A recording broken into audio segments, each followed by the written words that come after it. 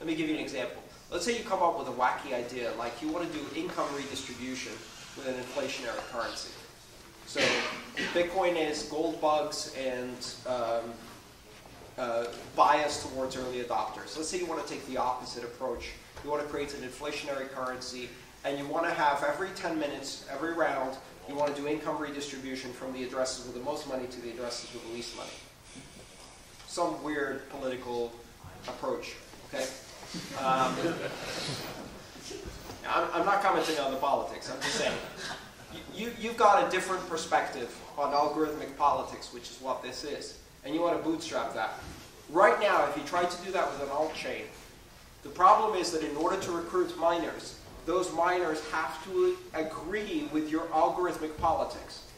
You have to find miners who are willing to put their mining power behind the idea and behind the potential success of an income redistribution currency.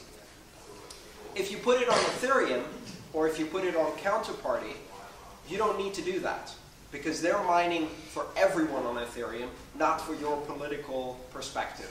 So you can actually achieve the scale of security without having to recruit a specific political viewpoint. And that, in turn, means that it's not only very difficult to open an alt chain, it also means it's very easy to do innovation at all levels on top of these platforms. One door has closed, but the other one opens wide open, and now you can have enormous diversity of opinion and innovation on top of these platforms. It creates a blossoming of innovation. And we saw that, again, HTTP is a great example of how that happens in networking.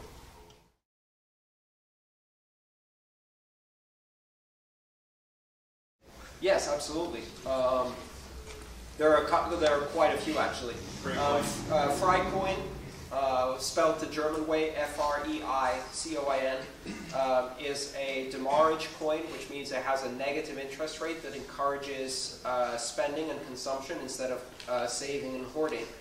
And people are working on essentially proof-of-stake redistribution per round coins to implement what Switzerland is calling basic income, guaranteed basic income. You got Fluttercoin. Fluttercoin is proof of block, proof of transaction. So the more you consume, you actually get rewarded coins for consuming. Right. Yes. That would be perfect for the North American continent. It's all hell, good luck using it. Chop your way into wealth. That is a winning proposition.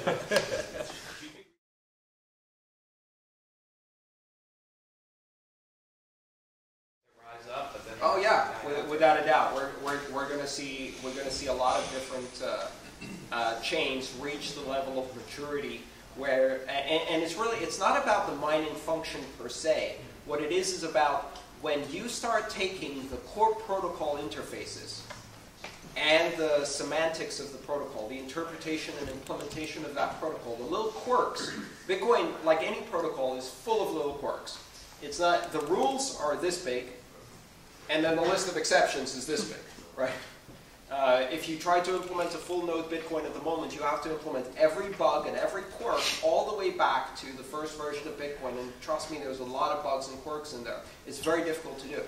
So every protocol that gets implemented, if you implement all of those quirks in silicon, you put them in firmware, and then you distribute them in a locked box that's hard to upgrade in an embedded device, on a watch, on a vacuum cleaner, on a traffic light, on a vending machine, on an ATM. That's where you start seeing protocol ossification. It's when you take it out of the realm of general purpose computing, where you can throw 3 updates a week at the user and get them updated, to embedded telecom devices, where it takes 3 years to do an upgrade and pass it through QA and testing because it's embedded in a giant telecom switch. And we're going to start seeing cryptocurrencies being implemented in embedded hardware. Already we're seeing it with the Trezor. In fact, someone asked me about the Trezor earlier. If you watch the discussion that's happening on BIP32, hierarchical deterministic wallets, people are proposing changes to the fundamental implementation of HD. And the answer that keeps coming back is, we've already shipped version 1 of Trezor and it's already got the basic BIP32 implementation, so you can't change that spec now because it will invalidate what we've already done. That is a glimpse of what's to come. As we go mainstream, this is going to happen across thousands of devices, and it's going to affect broader and broader chunks of the protocol until eventually you can't change anything. Because otherwise you make it incompatible with everything that's already out there.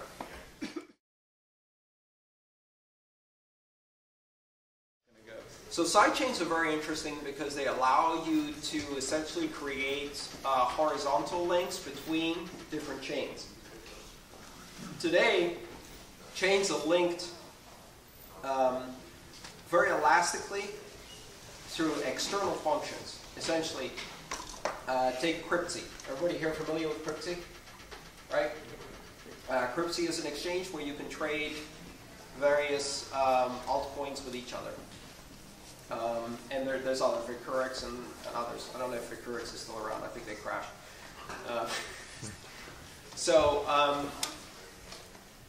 Exchanges that provide liquidity between altcoins essentially form like a rubber band link between the coins, because then it allows volatility or fluctuations on one side of the equation to then ripple across through the exchange and start affecting the other side of the equation. So Bitcoin goes up and it causes this ripple, and that ripple hits and brings up the altcoins on the other side. You see this delayed reaction. There's an elasticity between them. It's like they're connected with a rubber band. So this is a very loose connection today, which is primarily affected through the market-based trading between the coins. Sidechains would allow you to automate that function in the form of a decentralized exchange, whereby you can transmute a coin into a holding on an alternate chain or on a different chain, which may be an altcoin chain or maybe an alternative version of the Bitcoin blockchain, say the beta chain, where you're testing new features, or the micropayment Bitcoin blockchain, which has faster confirmations and much smaller transaction sizes, or whatever else. And the idea being that you take a chunk of Bitcoins. Let's use the first example, which is Bitcoin to something else.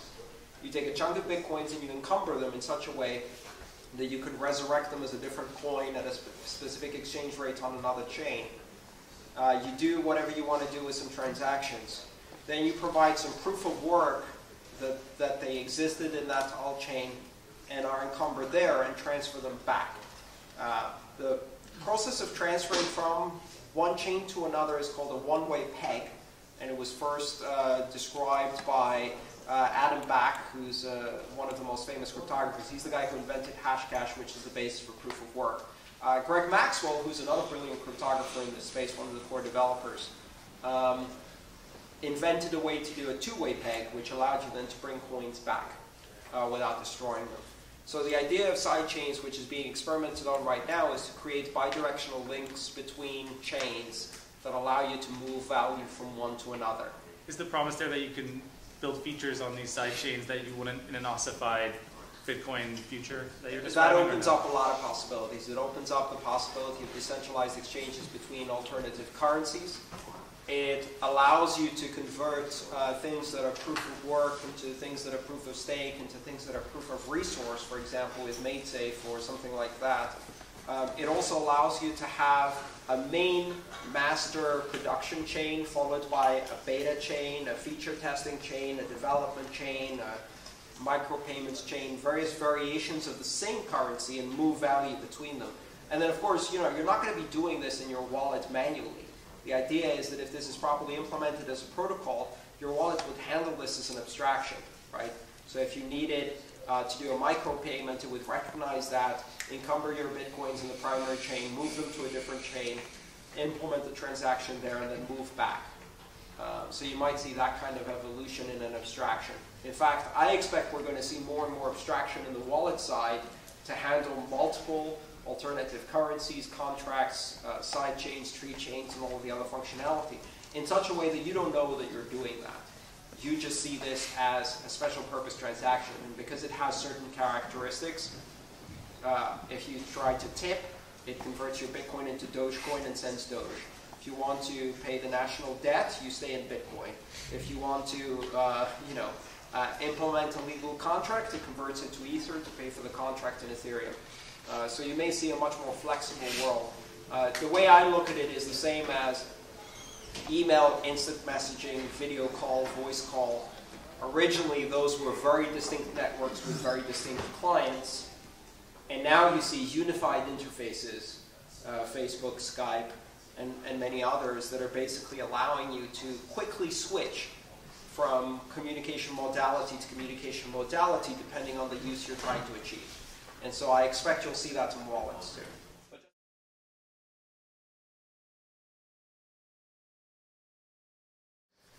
Merge mining is a difficult sale right now. So merge mining is the idea where you're doing mining, and instead of just mining for one proof of work algorithm, you're mining for either multiple versions of the same proof of work algorithm or multiple algorithms. For example, Namecoin, which is the decentralized DNS system, almost all of its mining happens in merge mining pools against the Bitcoin blockchain. So whenever people mine Bitcoin, they're also mining a bit of Namecoin on the side. Despite the fact that merge mining has existed for 2 years, it's only really prevalent in Namecoin. We haven't seen it spread beyond that. So that's one of the disadvantages of sidechains. Peter Todd has proposed an alternative called tree chains, which is basically a hierarchical mining structure where you have a master root block that's being mined, and it has a number of children and branches that can go many layers deep. And you can have varying levels of difficulty, and they can correspond to different currencies or other chains. And essentially, you're mining the entire tree at different levels. That's a very interesting proposal. And if I told you I understand exactly how it works, I'd be lying. Don't ask me any difficult questions about tree chains. I'm going to wave my hands a lot and give you some vague answers.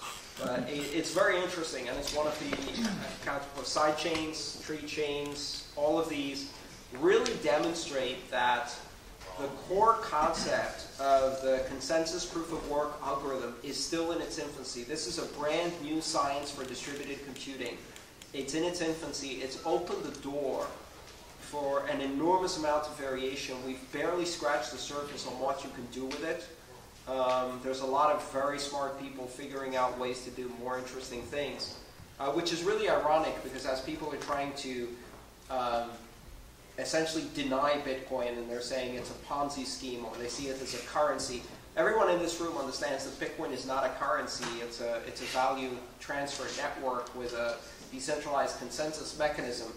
But the funny thing is that we're so far beyond currency already, 5 years into this. The amount of research that's going on in capabilities around the consensus algorithm itself is staggering. So by the time they figure out it's not just a currency, we've moved on, like way past that.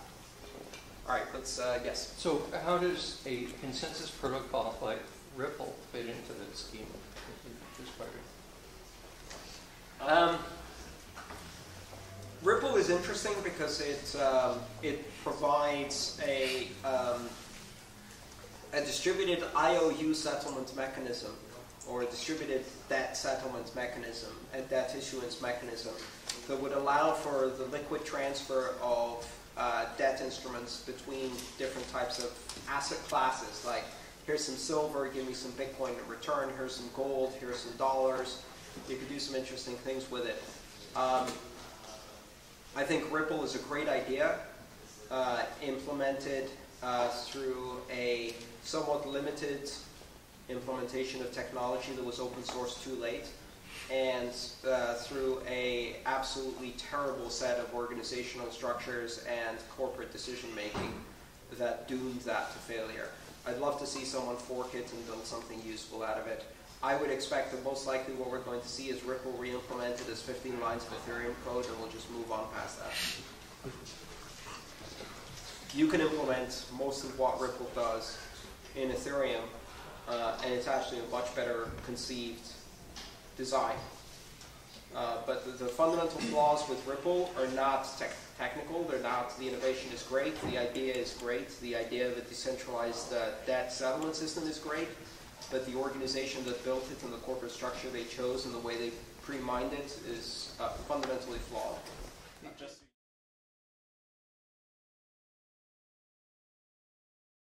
So Bitcoin can currently process 7 to 11 transactions per second, and that limit is entirely artificial and entirely imposed by the block size limit, which was imposed artificially. It can be raised. And there's at least a dozen proposals on how to increase the scalability of the core transaction processing. And that problem will be solved when it's a problem. It's not currently a problem. It's not a problem that is slowing down adoption or slowing down merchant processing. It solves with a number of different ways. We're already seeing, for example, off-blockchain transactions as one potential solution that increase the velocity. A great percentage of Coinbase's transactions, for example, are off-blockchain. And that's not counted in the 7 transactions per second. Micropayment channels solve that by aggregating.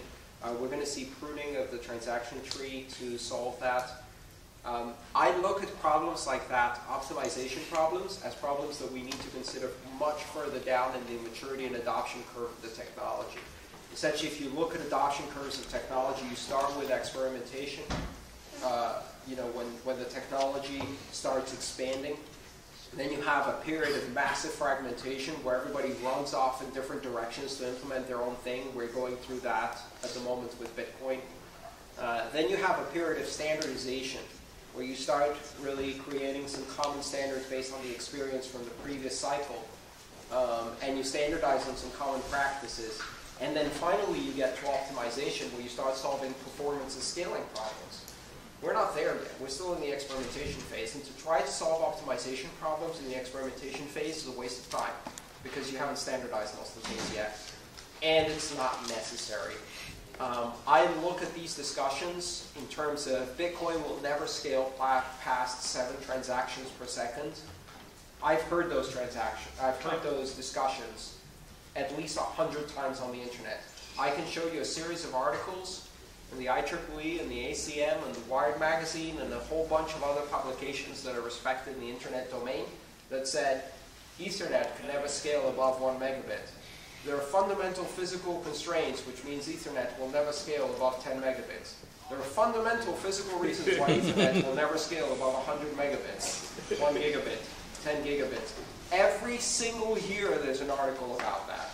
The telco company said, the internet can never scale to do voice. The internet can never scale to do quality voice. The internet can never scale to do video. The internet can never scale to do quality video. Now 75% of all long-distance calls happen on Skype. The point is that when it needs to scale, then the investment is there to scale it because the incentives are aligned to solve those problems when they occur. Right now, they're not a problem. And that's why nobody's really solving it yet. Do you think people will view privacy as an optimization? I hope they don't, but it seems to me that that's kind of the big problem where we see this, okay, let's put off optimization until later, but if we don't get privacy right now, we're screwed. What are your comments on that? If you watch any one of my videos, you'll know that that's the thing I'm really concerned about. Exactly what I think solving the anonymity and privacy issue is something we need to solve before the protocol ossifies because we won't get too many chances. Otherwise, we will succeed in disrupting the existing financial services infrastructure with Bitcoin, and a decade from now we're going to need to disrupt Bitcoin with something else. And that's okay, because once you open the door to currency choice, it's going to be a hell of a lot easier to do the next wave of disruption. We made this fundamental mistake with the internet. Tor was an afterthought. Proxies were an afterthought. Strong encryption was an afterthought. And we got pawned by the NSA. And we need to learn that lesson fast, because otherwise, big data analytics on the Bitcoin blockchain can destroy your privacy unless it's done right. So I'm a huge supporter of either core fungibility and anonymity capabilities right in the protocol, or meta layers that achieve that with services above. CoinJoin, CoinSwap, RingJoin, a bunch of other services that can do anonymity. Anybody who tells you that anonymity is a tool that only anarchists, terrorists, and pedophiles need is a privileged, middle-class North American resident. They don't live in a country where you get shot for owning foreign currency. They don't live in a country with a brutal and oppressive dictatorship. 5 billion people do. They live in shitty countries. And they need anonymity, because if you cannot have a tool for empowerment and freedom of association if you assume a benevolent government. like we have mostly here. And you know, libertarians can tell me this is not a benevolent government here. Well, you haven't traveled enough. It gets far worse everywhere else. So the point is that it is a luxury to say that anonymity is not necessary, or that anonymity is something that only criminals use. Because in many places in the world, democracy is criminal. Freedom of political expression is criminal. And those criminals need anonymity.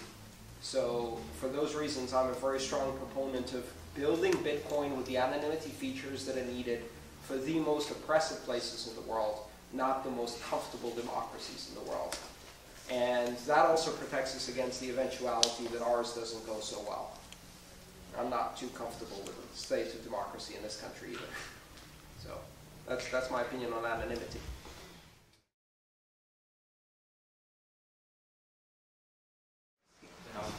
Have you seen Bitcoin Core?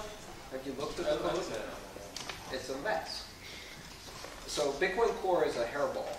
And now, it's a hell of a lot better than it was 2 years ago, and a lot better than it was when Satoshi introduced it. It was an absolute disaster. One thing we do know about Satoshi Nakamoto is not a very good programmer. If you see the first version, it's disaster.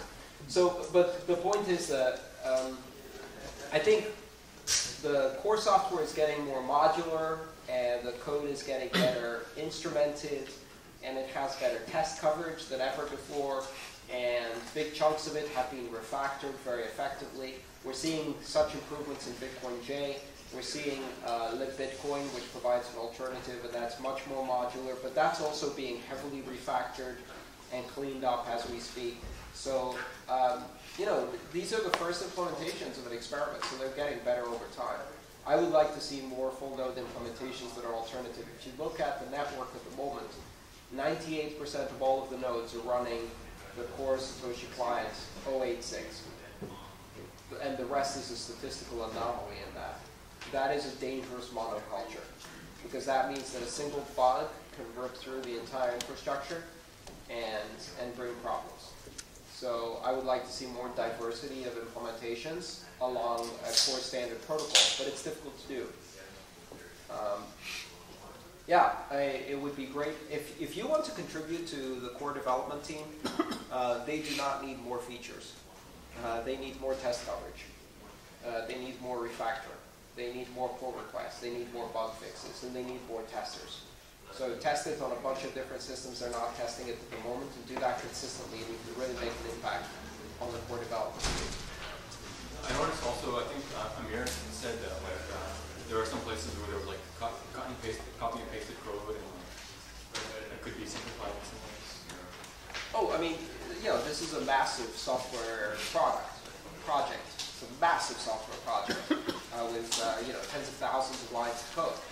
And within there, you're going to see every poor programming practice you could imagine illustrated in all its hideous glory, from copy-pasted code to redundant systems to, you know, all of the core principles of, you know, dry and code modularity and no side effects and all of that. I mean, you can find hundreds of examples in any single file in Bitcoin Core or any of the other implementations that violate those principles. We are still in the experimentation phase, which means that people are expanding the exposure surface of features faster than they are going back and refactoring the core code to improve the overall quality and test coverage. I think over time, over the next year, you're going to see development of features slow down, and you're going to see a lot more bug fixes and refactoring in Bitcoin Core. What I'd like to see is Bitcoin Core become the less featureful, solid production quality code, but we're a long way from that. So, yeah, help with testing. Yes? Okay, so one of the fascinating challenges seems to be this reconciliation of the role of Bitcoin as both a fiduciary instrument and also as a store of value. Yeah. And the fact that now it's whatever, $6.5 billion of market cap, that's bigger than a penny stock but I guess it's equivalent to about Afghanistan or E-Trade's market cap in terms of its size.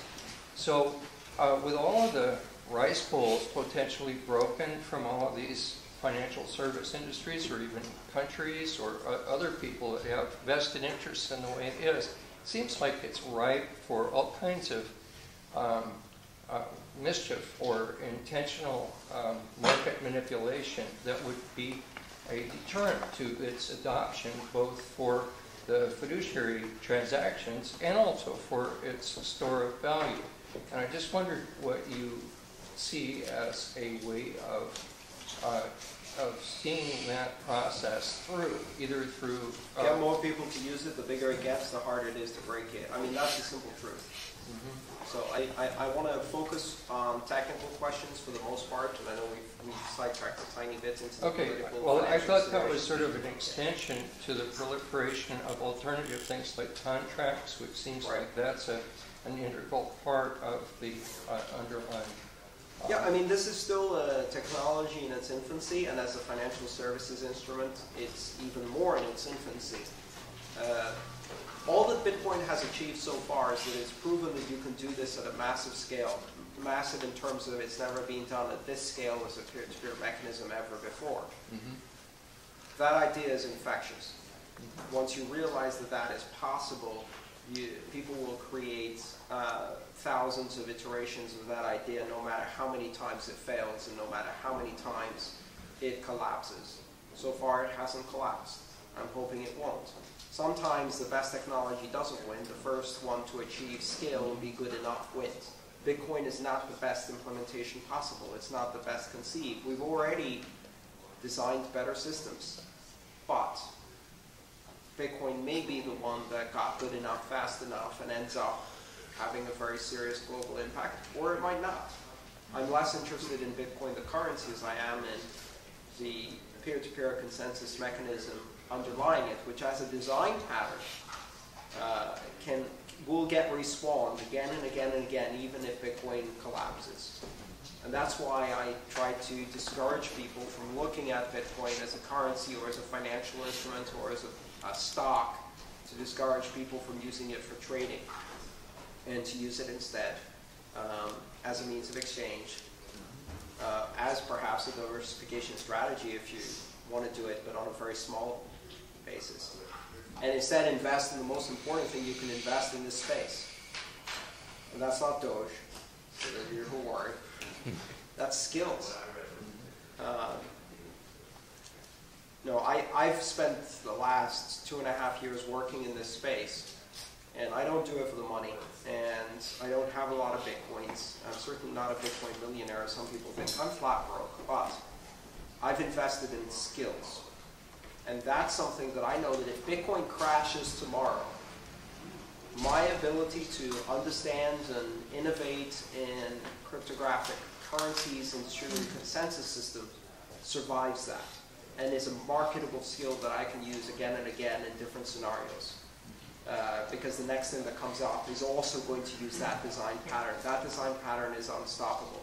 So develop your skills in that. Don't invest in the currency. And that's the whole purpose of this group.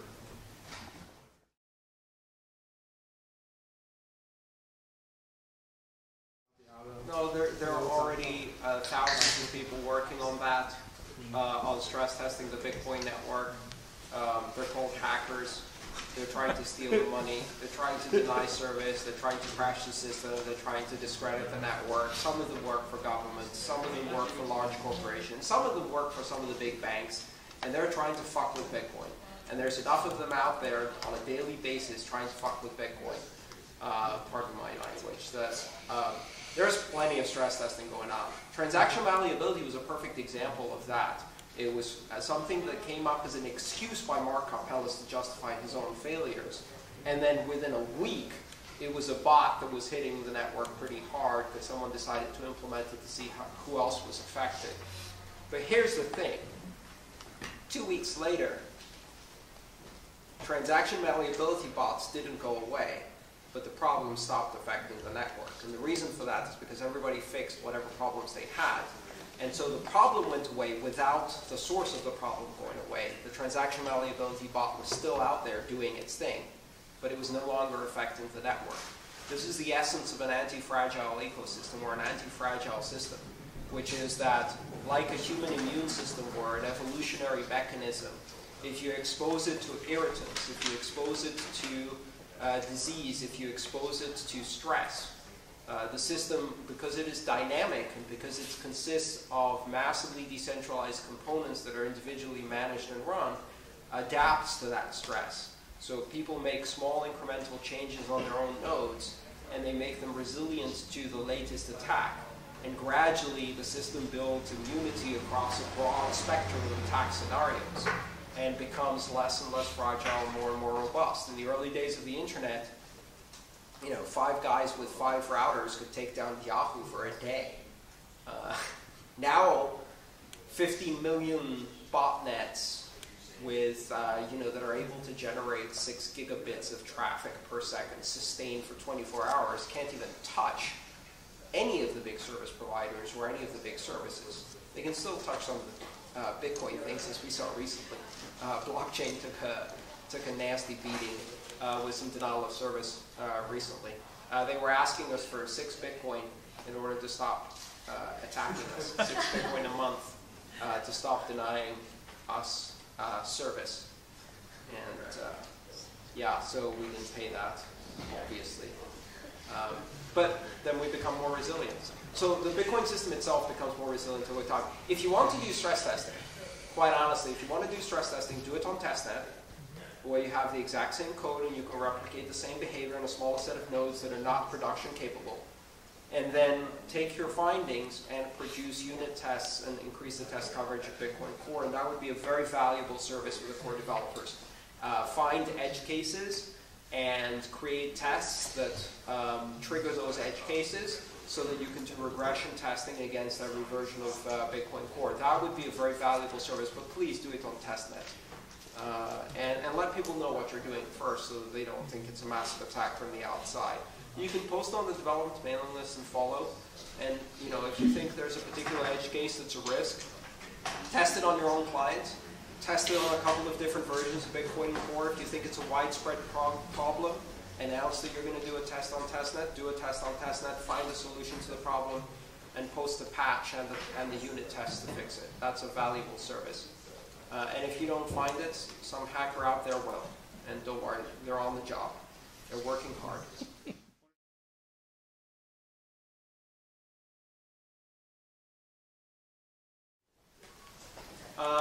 Bit undo is much ado about nothing. It was a proposal that required a lot of things to happen before it was actually effective. Like, if we get enough miners and we get enough coverage and you do it within 10 minutes, then you can undo a transaction. That's a bit like the, what's that expression? If we had bread and ham and bread, we'd have a ham sandwich or something like that. if we had some ham and we had some bread, we'd have a ham sandwich. It's like, you don't have any of the components to pull this off, so it was a theoretical thing. A lot of people are worried about the fact that zero confirmation transactions can be undone. Yeah, zero confirmation transactions can be undone. I think the proposal to completely mess with the core consensus protocol to solve an edge theoretical case was tremendously misguided, and I hope it goes nowhere. Yeah. But the bottom line is that unconfirmed transactions can be undone.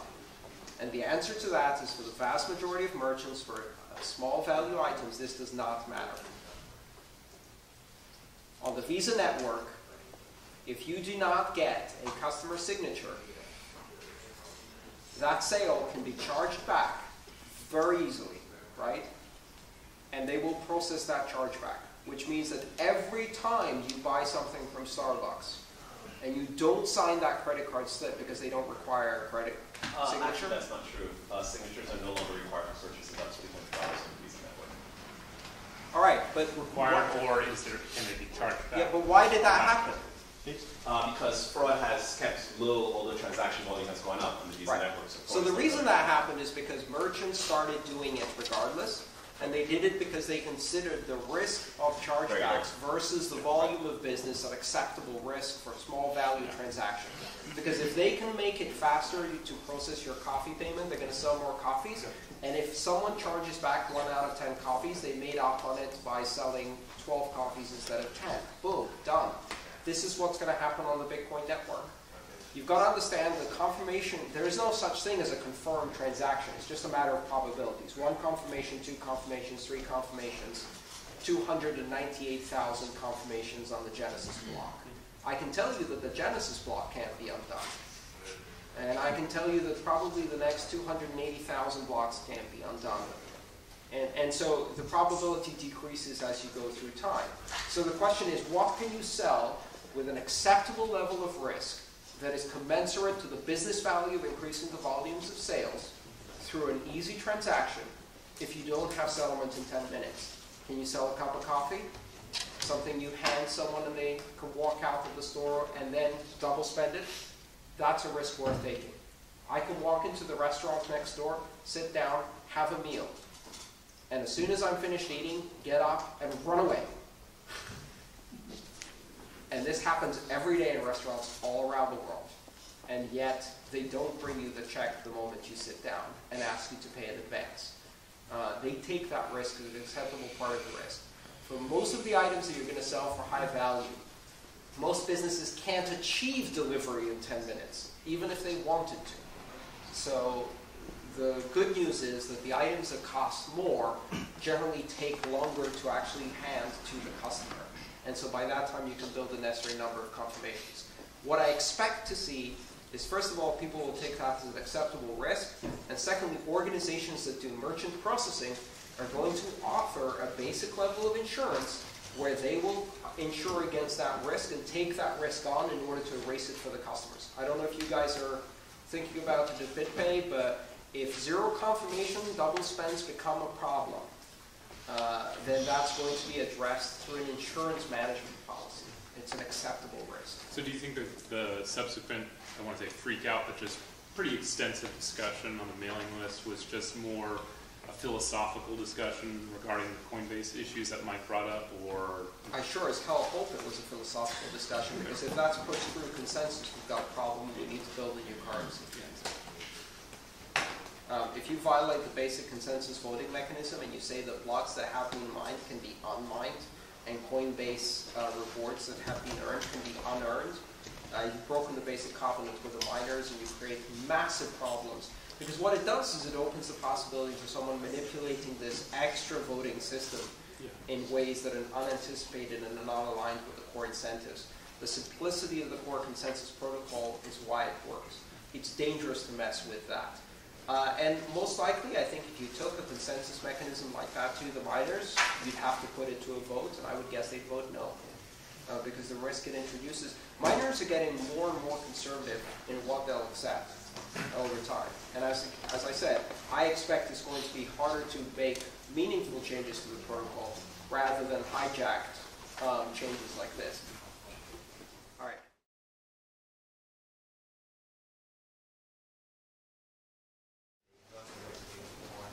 For a while now, I've believed that there are very few external things that can damage Bitcoin on a massive scale anymore.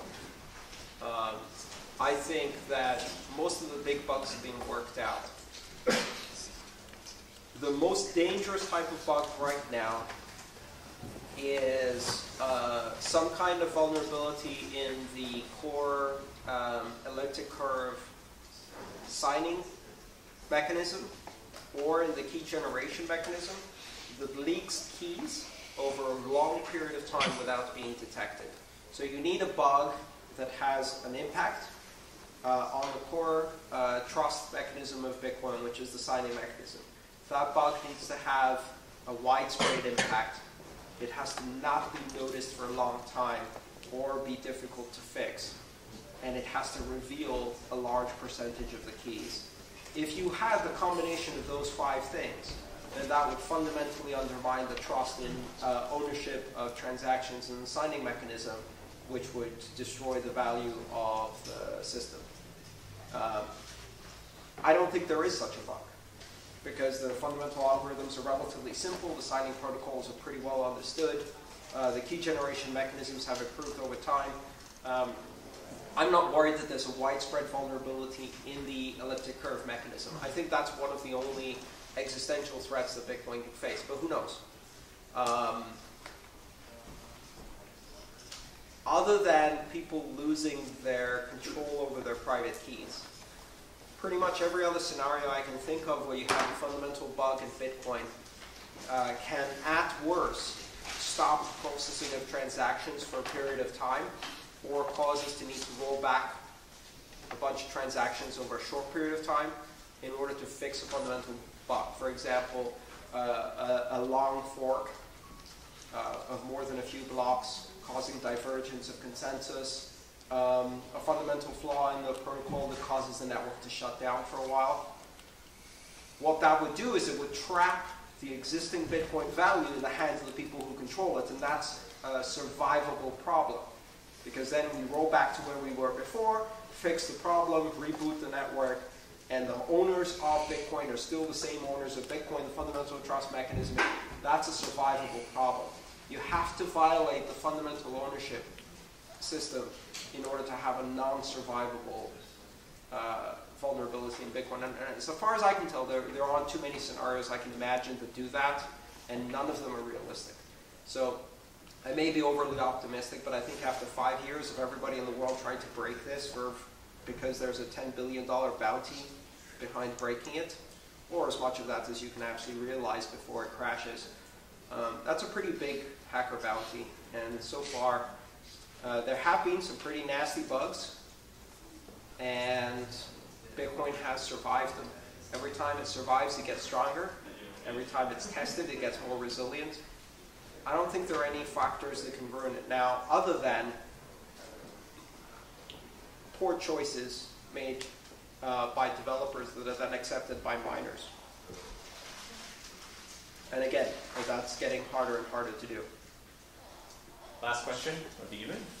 Last question. Going back to hierarchical deterministic wallets, would you explain the difference between hardened and non-hardened extended keys and provide some use cases for each? And that's the first really technical, hard question of the evening.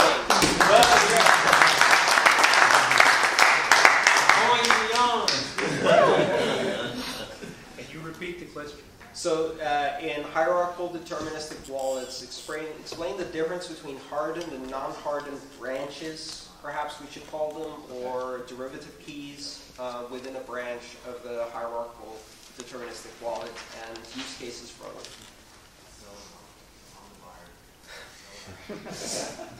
I think the answer to that is no, I can't explain it. I can give you a close approximation that is probably wrong. Let me think about this for a second. So within the BIP32 specification, there are two ways to derive a subkey from a primary key, from a branch.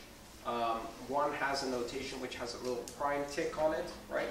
And the other one is without. So if you use the key derivation algorithm, I think it's called CDK in BIP32, it's a function that's named CDK, and there's two of them, the CDK and CDK prime. CDK prime derives what's called a hardened key, and CDK derives a non-hardened key. What I understand it to be is the difference between the ability to derive further private keys below that branch if you have that node's parent and its own private key, whether you can derive further private keys below that. Anybody want to give me some feedback on whether I got that answer right? It basically allows you to break the derivation chain. Cap it is what you're saying? Is that what you're saying? Cap the derivation? So it's undrivable after that point? It's undrivable after that point. So you can't go further down. And what that allows you to do is create chains that can be derived from that hardened key, but cannot be, well, rather, that can be derived from its parent, but not from that key down. something like that. And it has to do with the key derivation function. And it's used for, essentially, let's say you have a hierarchical deterministic wallet where you want to give 2 departments in your business a branch each, and you don't want the parent organization you don't want one of the siblings to be able to derive the keys of the other sibling by knowing part of their own private key plus the public key of one of the parents. There's a thing where if you know your private key and you know the public key of one of the parents, you can derive one of the siblings' private keys, and that allows you to extend their branch further down. But if you use the prime mechanism, you can't do that. That's my understanding, and it's not, I'm not entirely sure about how that works. Great question. That's something that would make for a great workshop. Yep. And if somebody understands the mathematics better than I do, can explain it better. We have openings. All right. Great question to end the night on. Thank you so much. And that's all. Thank you. Thank you.